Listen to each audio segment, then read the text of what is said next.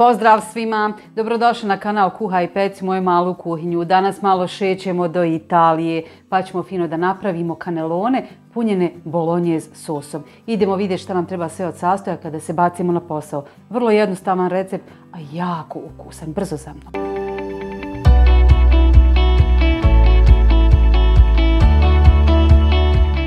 Dakle, treba će nam kaneloni, njih možete kupiti u svakoj prodavnici, to vam je tjestenina malo većih gabarita, vidite šuplja. Zatim će nam trebati mljeveno meso, jer od njega ćemo praviti bolonjez, bez njega ništa. Dakle, biber, so, jedna kocka za supu, to sam od jedne stare kuharce naučila, da stavljam ovu kocku za supu u bolonjez kad se kuha, pa se ja toga držim. Jedna glavica luka, paradajz sos, ja sam uzela moj domaći, i jedna kaška ovoga koncentrata paradajza, onaj paradajz pire iz tube. Treba će nam još bešamel, koji sam ja već pripremila, znači moj domaći, skoro pa se i ohladio, malo ulja i malo ribanog trapist sira za kraj. Ovdje da se ispod krije i parmezan i on će nam trebati dvije kaške otprilike isto tako za kraj.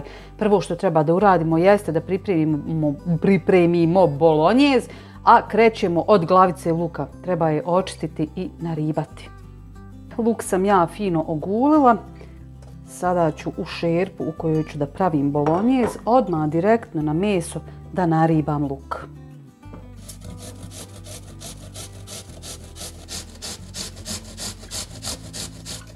Dodat ću otprilike 2 kaške ulja i staviti da se ovo proprži. Poslije ćemo začiniti. Evo, krenulo je da se zagrijava, kvrcka. Sad ćemo mi to fino sve dobro da izmiješamo.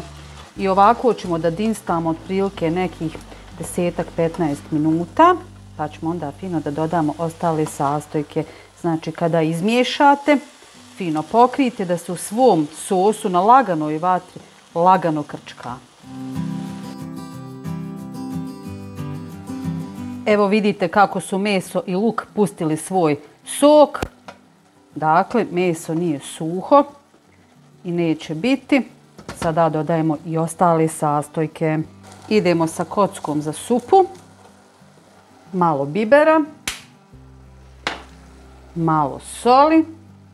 Paradajz pire ili koncentrat, kako hoćete. I sada ćemo sve to fino da zalijemo paradajz sosom. Sve ćemo to fino dobro da sjedinimo i ostavimo da se krčka otprilike nekih 15-20 minuta. Što se duže kuha bolonjez, meso je sve mekše i ukusnije. Pa vi ako imate vremena, vi slobodno i sat vremena kuhajte, s tim da ćete naravno među vremenu morati dodavati pomalo vode da vam ne bi zagorilo. Ovo ćemo ostaviti da se krčka, a tu sam ja pripremila i preti slonac. Unutra su mi sastojci za gulaš. Ja sam vam danas na povrtnoj dijeti. Dakle, jedem sve osim povrća. Kod mene vam je meso, znači evo u 2 jela. Evo vidite, meso je gotovo. Samo sam ga ostavila nekih pa 5 do 10 minuta. Možete da se malo prohladi, da se ne bi slučajno opržili prilikom punjenja, jer sada ovo sve treba da radite ručno. Znači svaki od ovih kanelona treba da se napuni ručno pa da se ne bi opržili. Naravno, prije nego što krenemo puniti, za podlogu ćemo nanijeti malo ovoga bešamel sosa.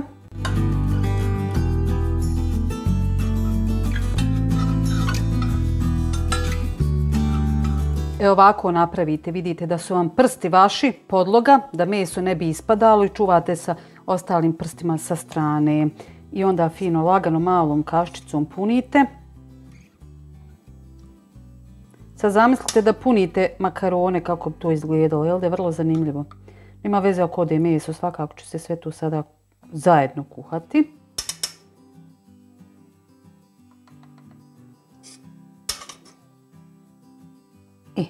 Nakon što napunimo, fino ga redamo u tepsiju. I tako radimo, znači, sve do kraja, dok ne potrošimo svu smjesu. Evo, dragi moji, nakon što sam ja to sve fino složila, baš mi se onako nekako uklopilo u ovu tepsiju. Sada ću da pospem prvo jedan sloj bešamel sosa. Malo je gušći pa će malo teže ići. Zatim ću posuti naribani trapist. Nisam puno naribala, ne znam, možda nekih 100 grama otprilike. Ponovo dodajemo bešamel po vrhu i stavljamo da se peče ovu ringu, ne znam ni ja šta hoću da kažem. Sam već uključila da se dobro zagrije. Ovo ide jako brzo. Na kraju ćemo, znači pred kraj, dodati jednu kašku, 2 parmezana i vratiti još da se rastopi. Evo ih. Nakon što su se fino, dobro ispekli u ovome saftu, sada ćemo fino samo malo parmezana da dodamo gore. Po želji, naravno, ne morate. Ih malo pa mi odmah na jednu hrpu sve ispade. Aj, nema veze, ja volim.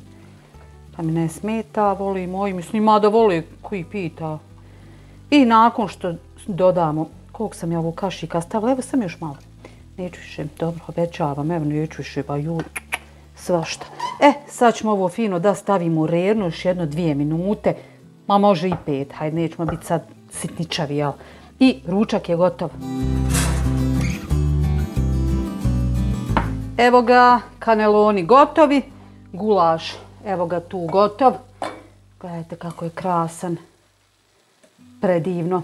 A kaneloni mirišu, jao, taj parmezan, pa to meso, pa to sve zajedno, ljepota.